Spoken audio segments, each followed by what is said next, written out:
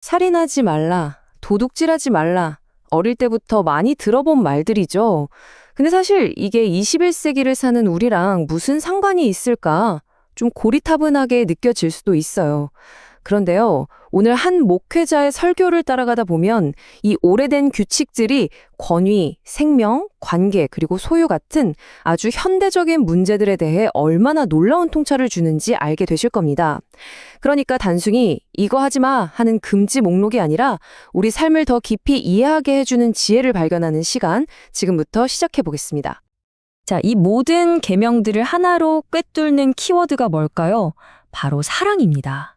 오늘 우리가 살펴볼 설교는 바로 이 구절에서 시작하는데요. 앞으로 다룰 모든 원칙들이 결국에는 서로 사랑하라는 이 큰 그림 안에서 이해되어야 한다는 걸 아주 처음부터 딱 못 받고 시작하는 거죠. 살다 보면 뭐가 맞고 뭐가 틀린 거지? 도대체 뭘 기준으로 살아야 하나? 이렇게 혼란스러울 때가 참 많잖아요. 오늘 우리가 들여다볼 이 설교가 바로 이 질문에서 출발합니다. 과연 수천 년 전에 쓰인 이 10계명이 복잡한 오늘날 우리에게 명확한 기준이 되어줄 수 있을까요? 그 답을 한번 같이 찾아가 보시죠. 네. 그래서 오늘은 먼저 사랑이라는 기초를 탄탄히 다지고요. 그 위에 권위, 생명, 관계, 그리고 소유라는 네 가지 기둥을 세워볼 겁니다. 그리고 마지막에는 이 모든 걸 아우르는 궁극적인 기준이 뭔지 함께 생각해보는 시간을 갖겠습니다. 자, 이 설교의 가장 핵심적인 전제, 출발점은 바로 이겁니다. 뭐냐면 우리가 다른 사람을 진짜 제대로 사랑하려면 그 전에 먼저 하나님을 사랑하는 게 바탕이 되어야 한다는 거예요. 모든 관계의 시작점이자 가장 기본이 되는 토대인 셈이죠. 바로 이 지점에서 관점이 완전히 확 바뀌는 거예요. 10계명을 이거 하지 마, 저거 하지 마 하는 어떤 규제 리스트로 보는 게 아니고요. 오히려 어떻게 하면 우리가 서로 더 잘 사랑할 수 있을까를 알려주는 아주 긍정적인 가이드로 보는 거죠. 우리 삶을 옥죄는 게 아니라 오히려 더 풍성하게 만들어주는 틀이라는 겁니다. 자, 그럼 첫 번째 기동입니다. 바로 권위에 대한 원칙인데요.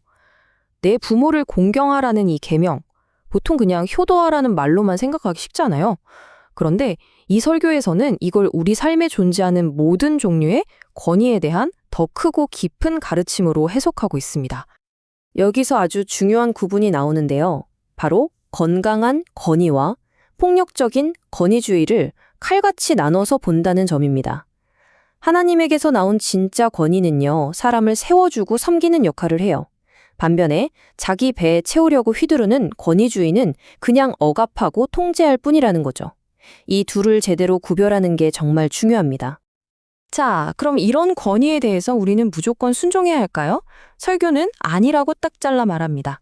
왜냐하면 가장 궁극적인 권위, 최종 권위는 오직 하나님 한 분께만 있기 때문이죠.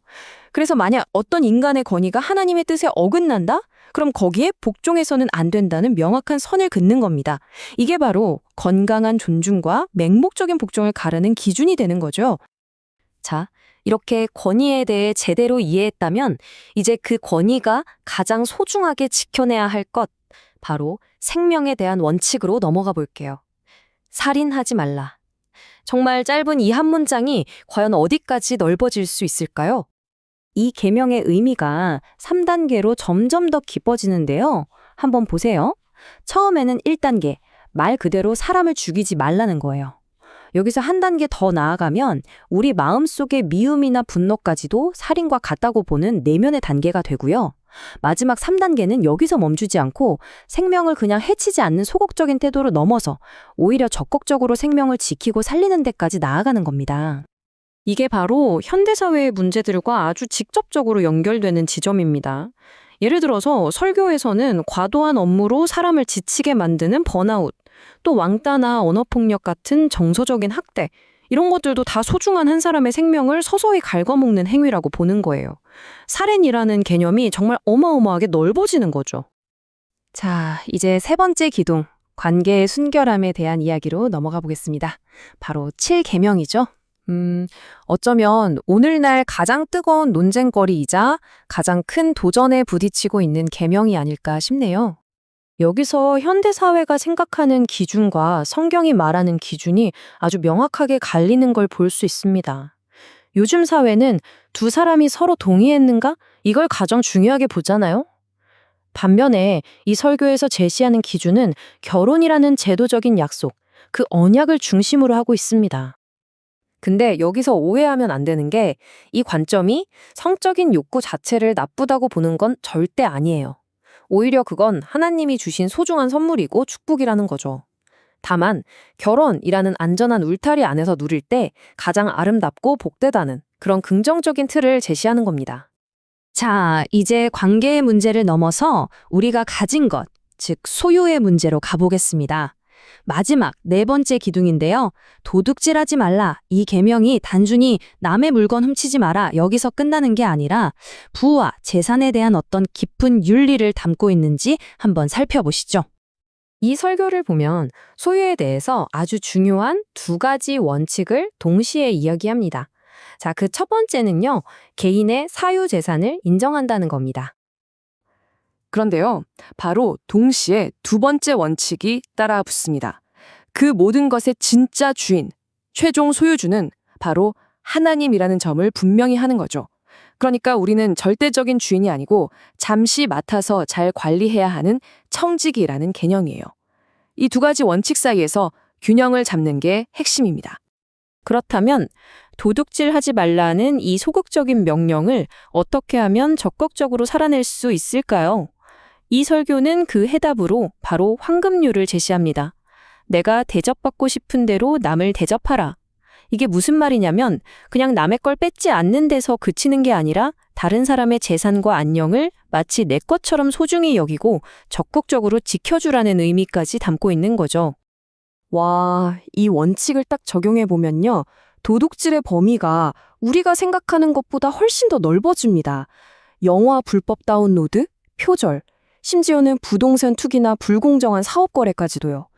이 설교는 이 모든 현대적인 윤리 문제들을 결국 도둑질하지 말라는 이 하나의 계명이 확장된 걸로 보고 있는 겁니다. 자, 이렇게 사랑이라는 기초 위에 권위, 생명, 관계, 소유라는 네 개의 기둥을 쭉 살펴봤습니다. 결국 이 설교의 마지막 메시지는 그래서 이걸 우리 각자의 삶에 어떻게 적용할 거냐 하는 아주 개인적인 도전으로 이어집니다. 결국 우리는 선택의 기로에 서게 되는 거죠. 내 기분, 내 생각, 내 경험을 최종 권위로 삼을 것인가? 아니면 하나님 말씀, 성경이 제시하는 그 기준을 따를 것인가? 이 설교는 우리 안에 있는 바로 이 갈등을 피하지 않고 정면으로 딱 마주하게 만듭니다. 그런데 여기서 중요한 건 우리에게 요구하는 목표가 완벽이 아니라는 점이에요. 한 번도 실수 안 하고 완벽하게 해내는 게 아니고요. 좀 넘어지고 실패하더라도 계속해서 하나님의 기준을 향해서 가려고 애쓰는 그 방향성, 바로 그게 중요하다는 거죠.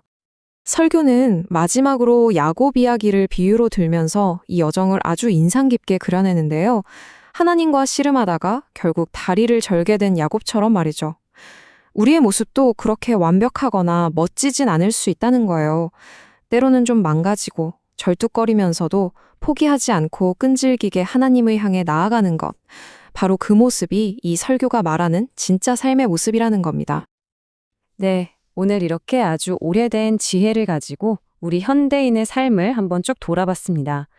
마지막으로 여러분께 이 질문을 남기고 싶습니다. 정말 수많은 기준들이 서로 맞다고 외치는 이 세상 속에서 여러분은 그리고 저는 과연 어떤 기준을 붙들고 살아가시겠습니까? 한 번쯤 깊이 생각해 볼 만한 질문인 것 같습니다.